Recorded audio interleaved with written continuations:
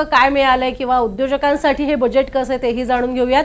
Chhatrapati संभाजीनगरवरनं Ram Bhogle sir आपल्या सोबत आहेत, जे स्वतः उद्योजक आहेत। राम सर, उद्योग जगतासाठी कसं पाहता या अर्थसंकल्पाकडे? बघा, उद्योग जगताच्या दृष्टीने काही महत्त्वाचे बदल अर्थमंत्र्यांनी या बजेटच्या माध्यमातून आणण्याचा प्रयत्न केलाय।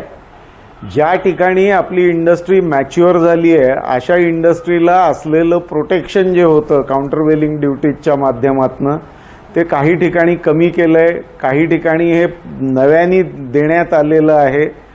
जी क्रिटिकल इनपुट्स असतात इंडस्ट्रीमधले त्यातल्या ज्या अपकमिंग इंडस्ट्री सेक्टर्स आहेत त्याच्याकरता काही ठिकाणी ड्युटी रिलीफ्स आणि काउंटरवेलिंग ड्युटीज कमी करून त्यांनी त्या इंडस्ट्रीला पुढे नेण्याचा प्रयत्न केलेला आहे।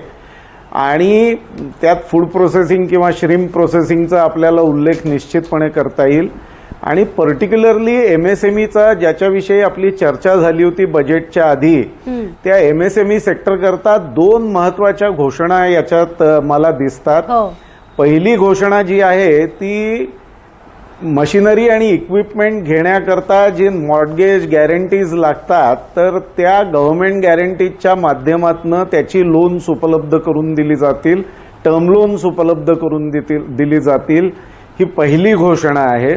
आणि दुसरी जी घोषणा आहे ती स्ट्रेस्ड जे इंडस्ट्रीज आहेत त्यांचा स्ट्रेस कमी व्हावा म्हणून जसं कोरोना काळात त्यांनी एक ECLGS स्कीम आणली होती की ज्याच्यात काही ॲडिशनल क्रेडिट या इंडस्ट्रीला दिलं गेलं होतं सरकारी गॅरंटीवर, त्याच्याकरता काही वेगळी मॉर्टगेज किंवा वेगळ्या गॅरंटीज इंडस्ट्रीकडनं घेतल्या गेल्या नव्हत्या।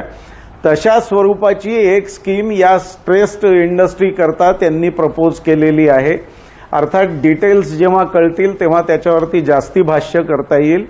पण याचबरोबर तिसरी एक घोषणा त्यांनी जी केलेली आहे ती की इंडस्ट्रीच्या क्रेडिट नीड्स काय आहेत, MSMEच्या क्रेडिट नीड्स काय आहेत त्याच्याकरता बँकांनी त्यांची स्वतःचं इंटरनल कॅपॅबिलिटीज वाढवल्या पाहिजेत ते ॲसेस करण्याकरता। आणि दुसरी घोषणा अशी आहे की वेगळी काही मॉडेल्स वापरता येतील का त्यांची क्रेडिट नीड्स ॲसेस करण्याकरता।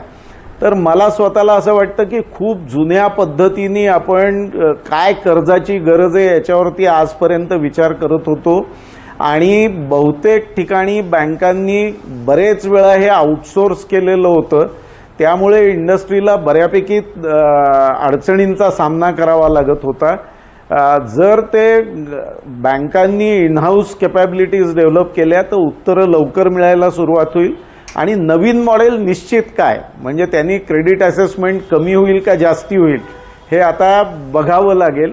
पण जर क्रेडिट असेसमेंट योग्य पद्धतीने झाली आणि तेवढं क्रेडिट उपलब्ध झालं तर MSMEचे बरेच इश्यूज सुटायला मदत होते।